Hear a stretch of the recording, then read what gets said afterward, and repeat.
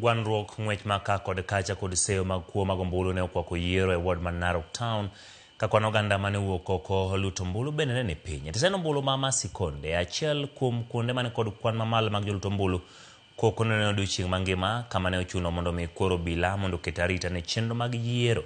Kono obila mane obedo mathoth moingo jogo mbulu kweth ma kedo piny owacho tesre ne oseyo piny owacho mane ikoni kod rowere mondo mi oroch yiero no.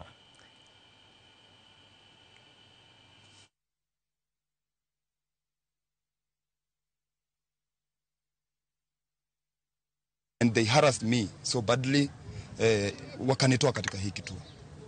But mzuri, we were able to identify them, and I want to tell them that we are not going to take that matter lightly. We must follow the rule of law. And when I came to this place, there was a lot of peace. But at the same time, kulikuwa na watu ambao wako kwa hiyo chama ingine wamesimama kwa corridor all through. Nilishuka kwa gari yangu nikaambia polisi wahakikishe ya kwamba hawa watu wameondoka. Alafu wanaita watu kando kando kwenda kuwapea pesa. Mimi sijaona na sijasikia.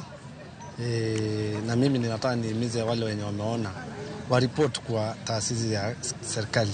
Kuna police station wanaweza enda kuripoti, na hiyo ndio ninataka kuweza kuambia wafanye hivyo. Hapa Narok Town tunataka kiongozi atakaangalia area hii ya Narok Town.